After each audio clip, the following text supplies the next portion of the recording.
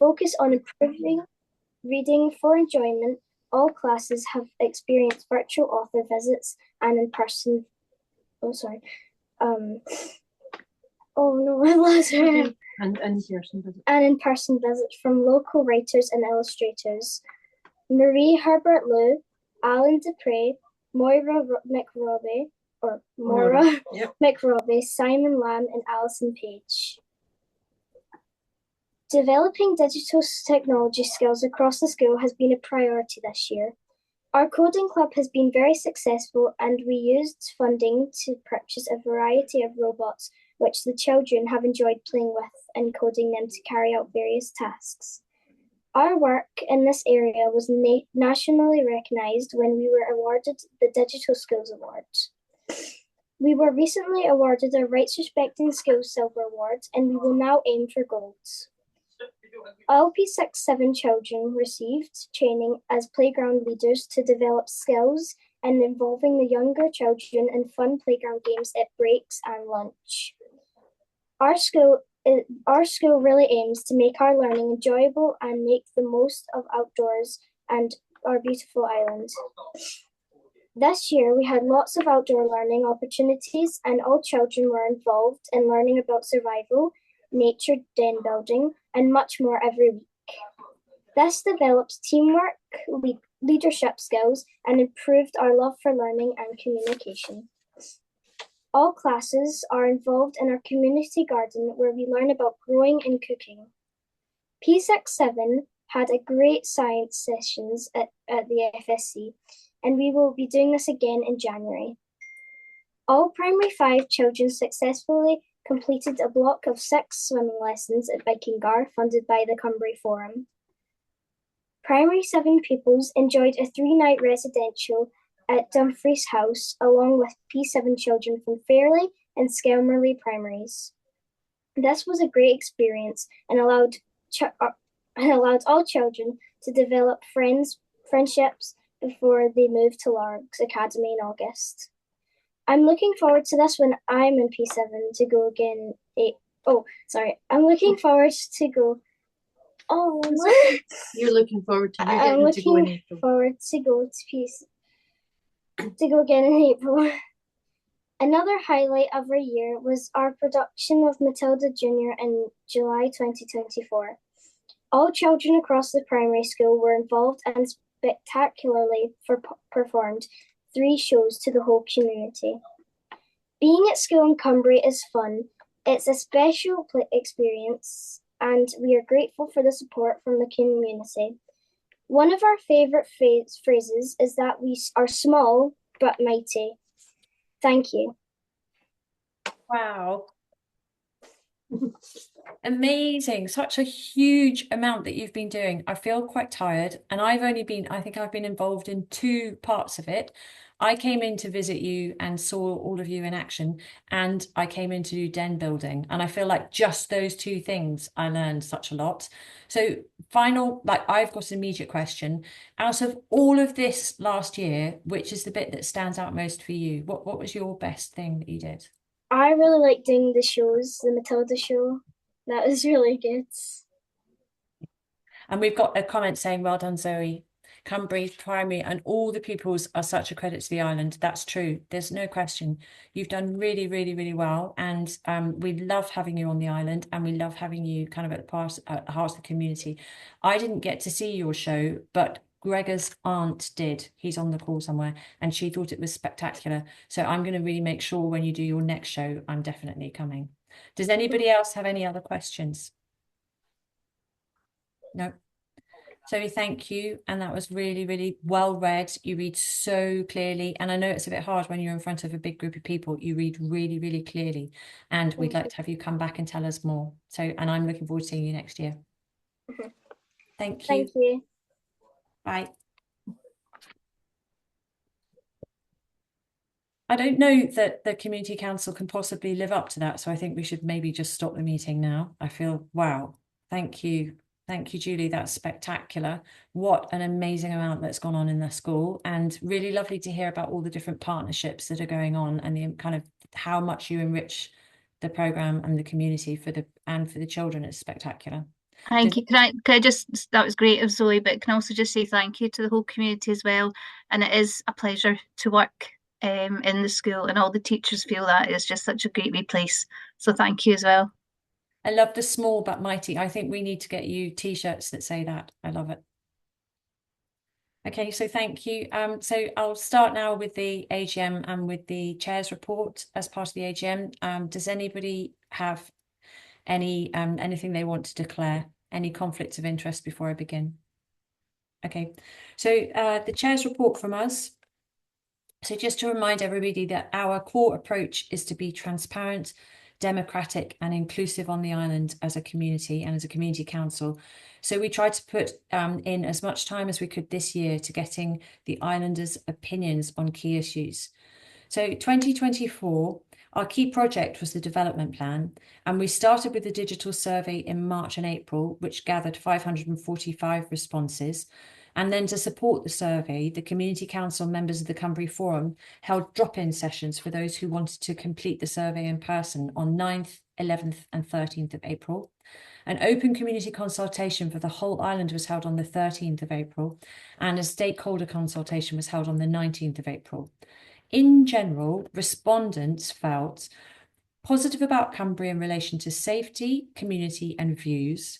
Respondents were negative about the ferry service, North Ayrshire Council on the call, business opening hours, some aspects of tourism and the proposed solar farm. They expressed a desire for improved amenities, fewer cars and motorhomes, and more people living and visiting the island as foot passengers. We've shared a draft with elected members and North Ayrshire Council, and we also held a public consultation to review the draft proposal on the 5th of October, and the final document is going to be ready by the end of the year. So that's the place plan. We've had lots of, we're not complacent, and we know the whole point of the place plan is to find out what everybody wants and thinks. We've had a huge number of compliments from North Ayrshire Council and other councillors saying, because of the scale of our consultation and just how engaged our community is one of the most interesting for them to see. Flood defence works for us. Following the completion of the works, in October, we issued a detailed snagging list to North Ayrshire Council to support the finalisation of the project, and we're working through those snagging issues with them at the moment. The solar farm planning application, we were really, really disappointed with the reporter's decision in January. We met with North Ayrshire Council planning team and we sent in a letter asking for clarification on one of the conditions included in the planning permission. There's been no development since on this issue. We have checked in a couple of times. New speed limits, we held a consultation in March and April gathering views from islanders and stakeholder groups, and we fed this information back to North Ayrshire Council. The overnight parking issue, after an extended period, North Ayrshire Council installed no overnight parking signs in laybys around the coast road. The signs which have been removed are going to be replaced, and there's a discussion ongoing about the next set of measures that's going to be necessary. Japanese knotweed, the majority was sprayed in 2023. However, some stands were missed and there's been regrowth. We chased North Ayrshire Council in 2024, but no respray took place. So we're going to pick this matter up with them in 2025. Marina, the development of the Marina project is ongoing with input from island groups, CCC, CCDC and MPHUG. Graham can explain that at some point later. In terms of collaboration, we hold monthly meetings for key island groups, which is this meeting, for everybody to report in and for the community to be able to ask questions. Regular external participants include elected members, Thomas Reaney, Head of Waste, Roads and Street Scene. Thank you, Thomas. It's good to see you here this evening. We represent the island at the North Coast Locality Partnership meetings and the Island Plan meetings. We attend the Ferry Users Group with a residents' perspective, and we sit on meetings about Hunterston, Peel Ports, flood defences, the Marina and the Carbon Neutral Island Project. The Community Council membership.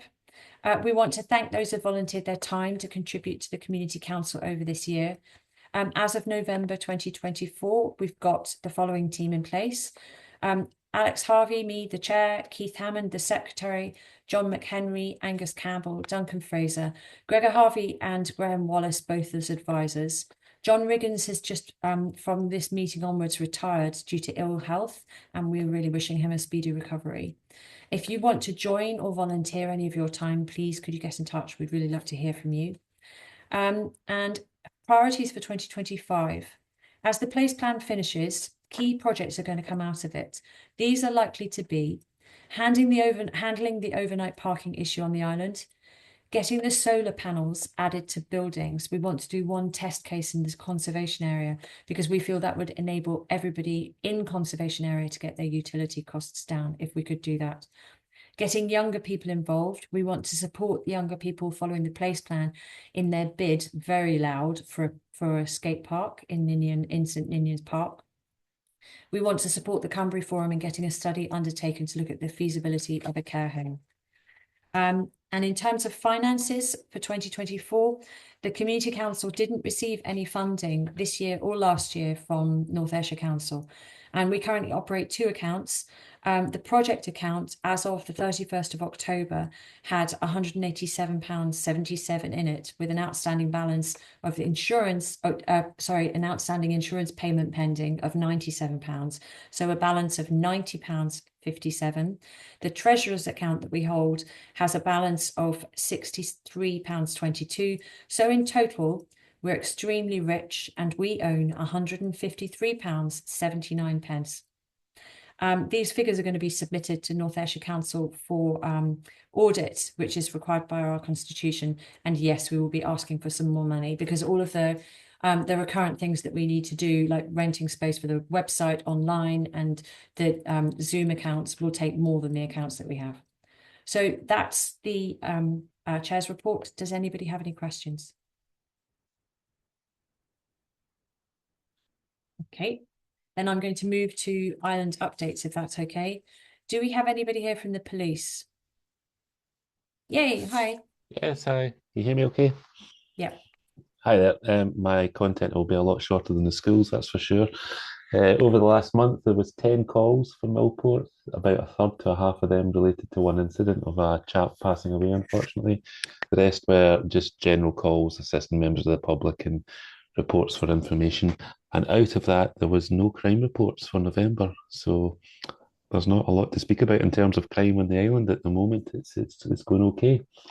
Out with that, there is a new officer who'll be starting second week in December timeframe. Dates still to be defined, but yeah, he'll be starting and working alongside Tony going forward. So that will bring some stability back to the island, which I'm looking forward to going through the next year, and so on and so forth. So there's, as I say, that's basically it for me in terms of issues and things. But I'm open to any questions, anything you want to ask of me. I think one of the things that we'd be quite interested in knowing is, because we've had such sporadic reports from you, even though I know that you've got the stats, we just haven't been hearing from you. Okay. It would be quite interesting to add into our chair's reports, just like what the trend is for this year in comparison to last year. You know, is it more or less stable? Has it been going up a bit? I think that's the kind of thing that the community might like to know, like overall on balance for the year. Yeah, that's not actually Millport's of a size which is quite quick and easy to do reports by month across the whole year. So it wouldn't take me long to do for each month how many crimes were or offences were reported and committed on the island. I could certainly do that for the last year and send it in. And would you be able to compare that to the year before? Because I think for us, we Yeah. want to see a year-on-year trend. You know, that then this time next year we can say to everybody, "Ooh, what have you been up to?" Or, "Yay, well done." Yeah, I can do that. It shouldn't take too long. It only takes 5-10 seconds to do each month's worth of number. If it's just top line numbers that you're looking for, numbers. Yeah, that wouldn't take long at all to do. So I can do that in the next few days and send it on if you like. And if you do decide, I do appreciate it's about the crime numbers, isn't it? Because it's not the calls, because like you say, you can get 10 calls and the majority is for one crime. Yeah, they're not always directly proportionate. The more calls we get are more likely to lead to more crime reports, but it's not always the case that for every 20 calls you're going to get one crime. It doesn't relate to that in the same ratio all the time. It just varies. Okay. So, and circumstance as well with the weather. Sorry, the cat's jumping about. Does someone else needs to have a question, because we don't often get the police here and it's really exciting. Does no one have anything else to ask? Graham, you have that look.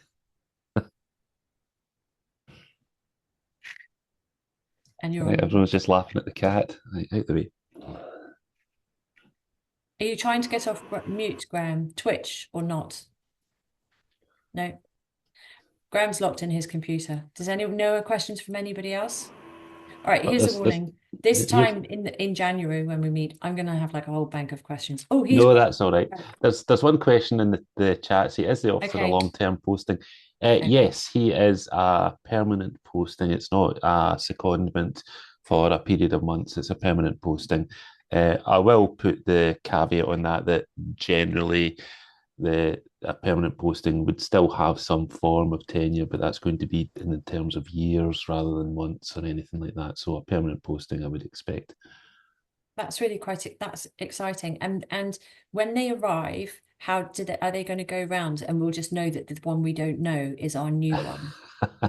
Well, I would expect Tony to give him a hand and introduce him as well. But yeah, what I've said to summer secondments has been to go around and walk into the shops and say hello. That's something I think that as a community officer is a core, I don't know, activity to do. There's been new shops and largs here, and we were in today just introducing ourselves and handing out cards and contact details. So I certainly expect the new chapter to be doing the same across the island and integrating into the community in the same way that other officers have. Okay, and your summer secondments were spectacular, by the way. So thank you for that. Really good. Yeah, we're just in the process of trying to find a flat for this 2025 year and stuff like that. But the intention again will be to have another summer secondment as normal. Graham, now you're off mute. Did you have a question? You can say no. Okay.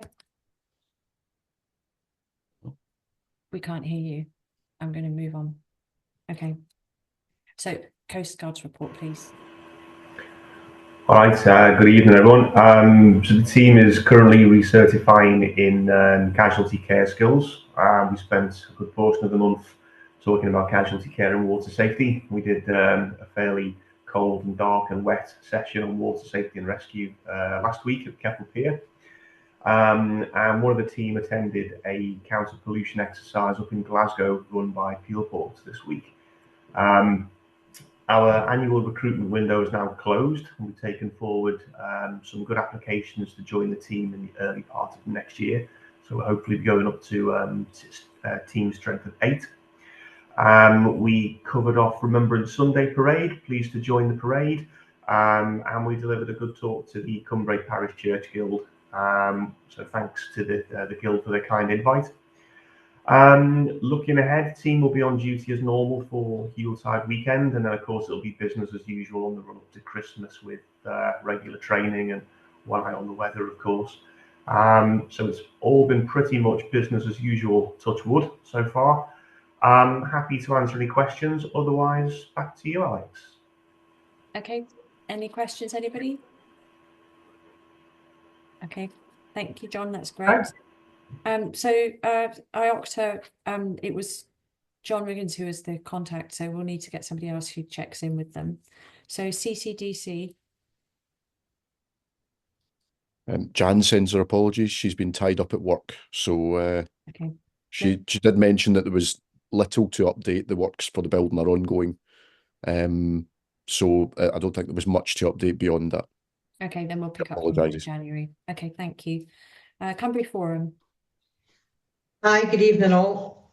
Our November report is we welcome 3 new members onto our board at the AGM on the 1st of the month, and we're looking forward to working together with them and excited to see what new ideas they can bring to the board.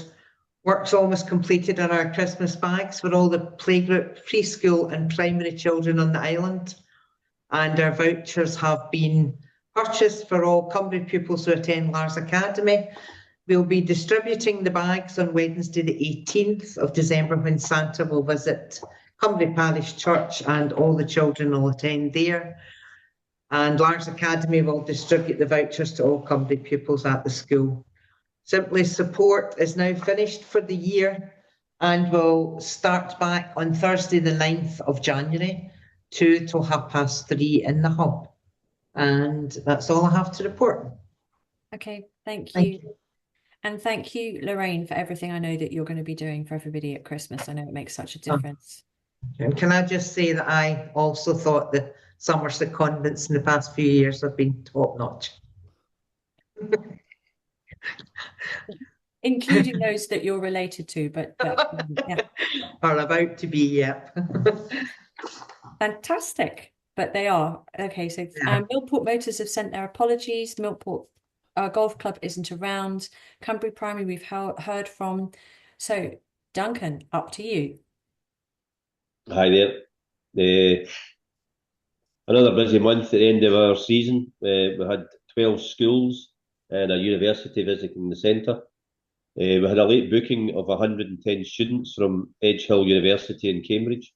It helped our turnover for November, which is very good, which is usually just a month for school trips, so we were pleased to see the university. 12 schools from all over Scotland came to Stave, from Kemney in Aberdeenshire to Dunblane, Dunfermline, Kirkcaldy, Bearsden, Newton Mearns, Kilmarnock and Stewart and Ayrshire. The Tinia research vessel has been lifted out at Lars Marina for our annual refit and painting. Nice weather for painting. And also her MCA inspection, which she has passed. We've had some of the old summer seats from the seafront brought round to Keppel Pier area for people to use while waiting for the Waverley next summer. We're going to refurbish them and get them painted up and have them ready for the folks. For to sit on or just and watch the world go by if you even wish. Don't even need to wait for the Waverley. So the seats are there for forever. So thanks so much. Thank you. Does anybody have any questions? No. All right. Ferry Users Group for an optimistic report, please. I still think optimistic's a word at the moment, Alex, but in terms of return tickets, we'd mentioned previously that we're quite pleased that Calmac looked as if they were going to go down to return tickets, taking on board our feedback, and they plan to do that at the start of February. However, there seems to be some doubt about how well that'll work for us in terms of whether they want to still have tickets both ways and scan tickets both ways. So we're still trying to work through whether that's actually brings any benefit to the island. So it's still very much a work in progress at the moment. So our first optimistic view seems to have been set back slightly, to be polite. Summer timetable 2025, we've asked for weekend sailings in September to be included as part of the second vessel standard operating model, and for the weekends in Easter and the end of April and the two May holiday weekends for them to be scheduled for the second service to operate. So that seems to be being considered positively. We've also asked for a larger second vessel, such as the Loch Fyne for summer 2025. So we'll see where that request goes to. A request to extend the working day remain blocked with crew fatigue issues. So we're still waiting for a further meeting to examine options in that. Calmac's website has just been republished this week. New website, new mobile phone app. I'm not sure I've seen much on it that's any great benefit to islanders. But they have now started publishing statistics, so there's information available online in their performance reports about statistics this year versus last year. In terms of the disruption messages, they're running a evaluation of trying to make it a bit slicker for the large Cumbrae route in terms of the delay between them sending messages and the boat actually starting. So they're working their way through that at the moment. So good that they're doing a review and trying to target some specific improvements in that, but that's still work in progress at the moment. Contingency planning, we're still waiting feedback from several proposals to improve their contingency planning, particularly in the winter timetable. Again, work in progress. And the ticketing issues about season tickets, we're still waiting for the promised survey they were going to do to help us justify the season tickets. So other ticketing issues like multi-journey SPT tickets, multi-journeys for teenagers are still been challenging to work through, and ticket validity, the fixed ticket validity for the summer and winter timetable seems to be very challenging to move them anywhere on it. From a wider point of view, as part of my work in the Ferries Community Board, I've attended several meetings with Transport Scotland about the contract extension and Shifts 3. The Community Board never supported a direct award to Kilmac, and we've also recently quite publicly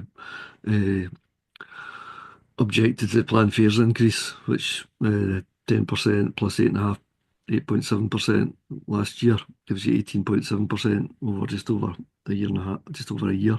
So very disappointed with that, given how badly the service operates around the West Coast. We are, however, trying to feed in inputs to with expectations that communities we need to see significant change in the way Kilmac operate for any longer term contract on it. So there's still a lot of pressure on there. So that's me, quite a lot going on, but nothing tangible that's particularly beneficial at the moment, unfortunately. Thank you. Any questions for Angus? Okay, I'm going to lose the positivity and say I've been trying for 2 days now to book a stupid set of tickets and it won't allow me to book them. And can you sort that out? I know that's not what you're there for, but if you could do that, Angus, that'd be great. Okay. Anyone else want to moan at Angus at all? No, I was the John. same, Alex. I thought it was just me. But is there a problem with the new app, Angus? Do you know if they're having Yeah, problems it with it? won't let you spend money. Oh, right, okay, that's fine. I don't know. I mean, I couldn't get the app to load until I removed the old app from my phone. I've got an Android phone, and I had to remove the old app before I could load the new app. But I thought it worked for me the other day, but maybe I was doing it on the website and not on my phone. I've tried Yeah, the website website and worked fine. It phone. was you couldn't purchase a ticket. Yeah. Right, okay. Mr. McHenry. Just wanted to check, was that February 25? Yeah. No, let's hope. Yeah, but I think we've got a lot of issues with it, John, in terms of what they've proposed now compared with what we were discussing with them. So I think we did have some hope. It's a bit less hopeful just now in terms of where we are, and we're still trying to work that through with Kilmac. Thank you. Thank you for keeping going with it, Angus. Okay, so I'm going to move on to quick updates, Key Island projects. Gregor, place plan. Yeah, so just a quick one. The place plan is currently going through its statutory consultation period where we have to consult with the local councillors and the neighbouring community councils. So far, we've had no comments from anybody, which either means it's brilliant or they're not interested. But either way, that consultation period finishes in about a week and a half. And we will then either take on board any comments if they're made or not. And publish the final place plan, hopefully before the end of the year. So that's it on that. Okay, thank you. Carbon Neutral Islands Project, Scott. Thanks, Alex. Good evening, everyone. Firstly, apologies for the way I sound. I seem to have the same cold that half the island have at the moment. So two things for myself, really, and then I'll touch just on something that Alex mentioned in her report. The Deputy First Minister, whilst in Inverness last week, announced the progress report for the CNI project as a whole. So there's nothing really in there that wasn't in the Cumbrae update, but if you're interested in the rest of the project, that's available on the Scottish Government website now. And also announced the funding results for this year for various island projects. And I'm now happy to confirm that on Cumbrae, we will be receiving £166,500 to go towards the domestic solar project for households outside of the conservation area. So I know we've touched on this briefly before. We're going to be able to share a lot more detail about this going forward. There will be a public meeting, probably before Christmas, where we'll share a lot more detail about this. In essence, we're looking at up to 130 properties across the entire project. The funding that's been allocated to this is for the initial pilot phase, which we think will do up to about 20 properties. The idea is it will be an 8-panel solar PV system and a 5 kilowatt battery system that will be added to the properties. We do have funding applications in at the moment for phase 2, which will be for an additional 50 properties. Once this is completed in its entirety and along with the existing installations, the reason this is so important is between the months of April and September, the island will be capable of generating more than its average peak demand during those months. So that's a huge step forward for the CNI project, for the island in terms of its carbon neutrality, lowering fuel poverty, providing energy stability, and more importantly, delivering real benefit to the community and to the households that will be part of that. This will be done in a scalable way. It will be a phased approach. And as I say, we will be putting out advertising, etc., in the near future for a public meeting where you'll be able to ask a lot more questions and actually visualise what's happening with this project. Also, just on something that both Gregor and Alex have touched on, the Community Council's survey that took part of the local place plan, it came back with a strong appetite for a community energy project. And naturally, around the previous proposal of the solar farm at the top of the island, there was a lot of strong opinions around that. I think as a project and as a community, we need to have a wee bit more of a conversation about what a community energy project is for Cumbrae, how that would look, what would be deemed acceptable, where, that type of thing. So working alongside Community Energy Scotland, the Community Council and other organisations and members of the community, in the coming year, it's hoped that we will do a lot more engagement around this. And by the end of the next financial year, I would like to have some sort of proposal or two of community energy projects that could be taken forward into a feasibility stage. It will not be a quick process. These things take a long time to get off the ground, but there will be a lot of engagement required, I think, in the initial phases of this with the local community. So we will be putting out more about that. And then finally, because it was mentioned with regards to the conservation area, we recently had a conversation with planning at North Ayrshire Council with regards to solar panels within the conservation area. They have confirmed that panels that are on the rear elevation or on the side elevations, provided they do not face the front street, do not require a planning application and are within permitted developments. Unfortunately, there's still a lot of houses where the ideal place to put the solar panel is on the front-facing roof. That will require a planning application, and I believe that's what Alex and Gregor were referring to in their updates. North Ayrshire Council are open to discussions around that and what is deemed appropriate and not appropriate, etc. But that was just recent conversations with North Ayrshire Planning on that. And that's everything at the moment. Thank you, Scott, because so basically at the moment, North Ayrshire Council isn't happy for people to put solar panels on the southern elevation for the majority of people. But the other thing, when we did the consultation, the majority of people didn't want to do away with the conservation area. They think it's really important, but they think, you know, as you have to have the balance with the decision about the solar farm at the top of the island, the balance should be about people who can't afford their heating. So we'll pick that up, and we think what we should do is put forward a test case where we ask for planning permission for one house, and we're really clear that that's what we want to get done. If I can support in any way with the sort of data and the carbon benefits, etc., to that, then please let me know. We have a lot of that information already as we work through the project. So, okay, does anyone have any questions? So thanks, Scott. I that think sounds like a busy on that year. one, it's just a matter of us.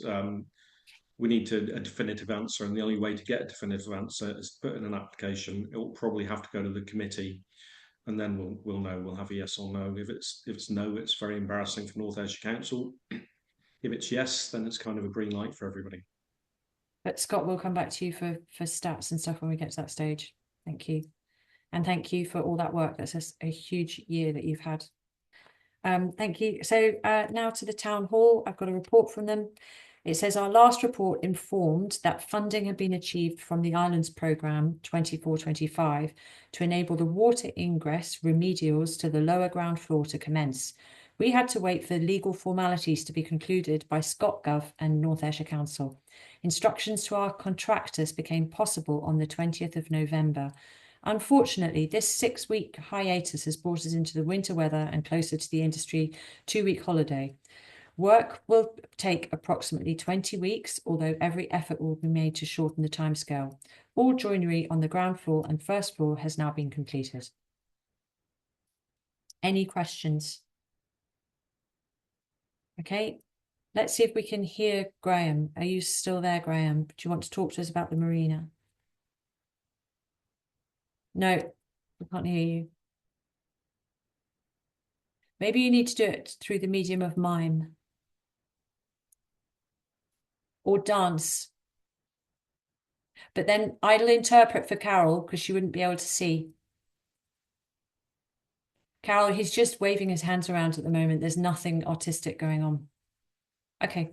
All right. If you'd like to put a note into chat, Graham, that's a short. Okay. Okay. Angus says, by the way, he just bought a ferry ticket online from his phone and it worked okay. My experience of the new app is that you have to delete the old app from the phone prior to installing the new one. Stop being so very optimistic, Angus. Okay, over to Carol. Would you like to give us any update, please, on the cathedral? We're in a bit of a hiatus at the moment. We're waiting. We've had some significant talks with the diocese. We've got a way forward with the diocese to transfer the whole of the estate into effectively a new Cumbrae trust, but of course there's quite a lot of legalities and stuff which will need to go forward with that. That's a really positive step as far as we're concerned. In terms of the project and getting it open, I'm in the middle of getting the next invitation to tender out for to implement phase 1 of the feasibility study. Feasibility study comes in 3 phases. Realistically, phase 3 will be 2035, but we're hoping to get phase 1 up and running within the next 6 months. Okay, thank you. Does anybody have any questions for Carol? Okay, good luck with your hiatus. There are a few hiatuses. I don't know if that's the plural. There are a few on the island. Graham, do you want to try again? Or text me? Okay, moving on to Gregor, latest planning and licensing applications. Yep, there aren't any. So that was easy. Thank you. That's very succinct. Moving on to North Ayrshire Council. Thomas, we hope you're feeling better. Thank you, Alex. Yes, I'll back to normal, or is what normal ever is in the council's world.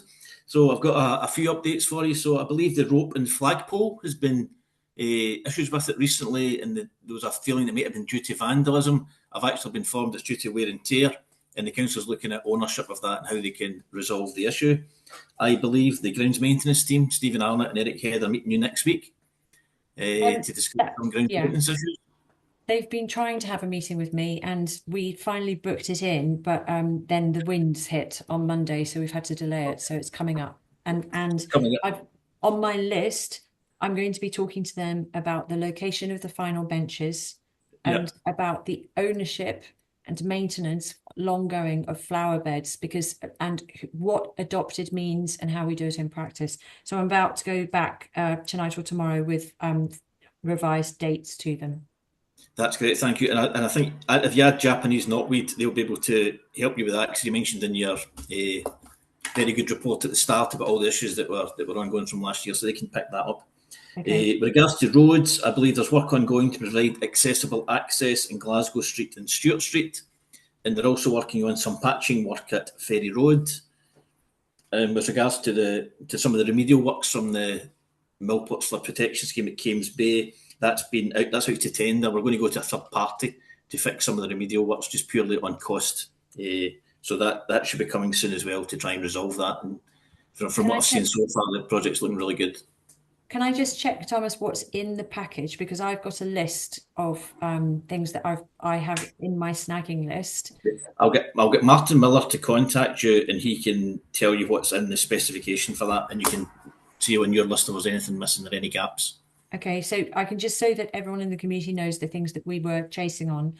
Tactile paving, you get a big tick. Thank you for sorting that out, because we've got people who need it on the island and it was inserted wrong. So thank you for sorting that out. We've raised with you, though I don't know if it's going to be in, and I want to re-raise with you the issue of the gap between some of the sections that's been left in the sections of the flood defence that's now growing grass in between. Yeah, so that was the ones that Martin was working on, the third party, so I'll check on that one, yeah. Yeah, at the moment, whether or not you've put out to go and buy some bins that fit the specification, because at the moment they're sitting in the spaces that were left for wheelchairs next to the benches. You also, when you do that, at the moment, recycling isn't covered in that list. Sorry, recycling isn't covered by your bins. And we feel, it came out really strongly. And we know that for future tourism, an island can't be a tourist destination that isn't sustainable. We need. The profile of the grass edging. We raised that at the moment it's in some areas extremely steep, and also in some areas it dips, and we've had our own mini lake during the rains. Okay. And there are picnic benches missing. I can pick that up when I go around with Stephen and Eric, because Stephen's responsible for replacing all the kind of like for likes from before and after the flood defence scheme. Okay, thank you. Yeah, and also the bin, Stephen could probably help with that as well. Okay. So Scott, is that about this? It was just to pick up on the flagpole issue, Thomas. So I'm not anymore, but I previously was the chairperson for the Royal British Legion, so I had to deal with this for quite a while. We're not sure where the rumour of vandalism came about. It is definitely wear and tear. It used to be an old steel cable that was on there, but because of noise, it was removed. It was replaced with a cord, and the cord just doesn't last. It goes brittle, and eventually it snaps. It's happened many, many times. The problem with that particular flagpole is it has to be taken down in its entirety, which is quite a job, to then replace the cord and then put it back up. And I think that's where the problem, because it's happening repeatedly, that's where the problems are coming from. Whilst we appreciate the temporary flagpole that was sort of put on the island for armistice, etc., it would be very much appreciated from the British Legion if the town flagpole was in working order again. No, I absolutely accept that, Scott, and that confirms what the team said today, that at the start the people were reporting it's vandalism. It's certainly not. It's wear and tear. It's rubbing in the brackets, and I say we're looking at ownership of it then to see how we can fix it or replace it. So, thanks for flagging that up. Thomas, when you say ownership, what do you mean? As in, who would be responsible for replacing the flagpole? Would it be an estates issue? Would it be a property matter? Would it be a street scene matter? Would it be the roads? Is that internal sorting out in the council whose asset it is? I thought you meant whether it was our asset or your asset, and you made me scary. So I actually don't have that much money in my funds. Yeah. To sort out Scott's flagpole. No, you would blow your £163 in a flagpole, definitely. I know, and we would give it to you, but then we wouldn't be able to do any more. Okay, thank you, Angus.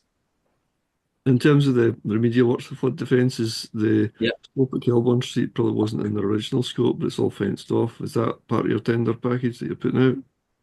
I don't know, Angus. As I say, I haven't seen the package. It was Martin Miller that's dealing with it. I'll get Martin to liaise with Alex on what's included in it, what's in the specification. There's a big bit of the slope all fenced off, and it's been since for the past 6 months. On Kilburn Street? Yeah, Kilburn Street slope, or slopes in Kilburn Street. Okay. Is that, hang on, I'm not good on my streets. I'm not good at geography generally. Is that the bit that... Directly across from your house, Alex. Okay, because Caves Bay, that's because it's the concrete underneath is eroded, and then one of the emergency vehicles that went over it during the boat incident smashed a even bigger hole in. So then there became an issue as to who had done which hole and then how we mended it. But it's quite a dangerous set of holes at the moment. I know it's led to a mild dispute, Thomas, as to whose fault it was and who should mend it. Okay, Okay, I'll look into it with Martin. thank you. And John? Yeah, just a very quick one. Thomas, I don't know if you'd be the right man to ask this.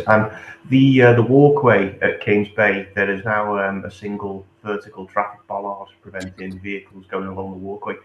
Do you know who has the key to that bollard? And is it possible that we as the Coast Guard could have a spare on hand in case we need to access Kings Bay? Okay, it's likely to be put in by the roads team. So if there's a bollard now at the walkway at Kings Bay, I'll speak to them tomorrow. We'll find out if we can do that and get you a key so you can get access. Obviously, you need access. So yeah, we'll if we've got the key, we'll get you a spare. That'll be fantastic. All right, thank you very much. Okay, my final comment was just to say, Thomas, the potholes on the were getting quite scary. Like when I came back down the hill, thank you so much for sorting them out. And you sorted them out before I needed to say, could you sort them out and go and take photos? Wow, that's a first. You're ahead of us, so thank you so much. And they were getting they had little ponds in them. They were a bit full, so thank you. No, that's great. No problem. Thank you, and it's been good to be here. And if I don't see everyone, I hope you all have a lovely Christmas. It was a great introduction today with the school child and what the fantastic work going on there. And I also thought your update, Alex, highlighted just how much you've actually achieved as a community council. Because I attend lots of different community councils, and I have to say, Cumbrae is moving on at some pace. It's because we've got such an engaged community. But thank you.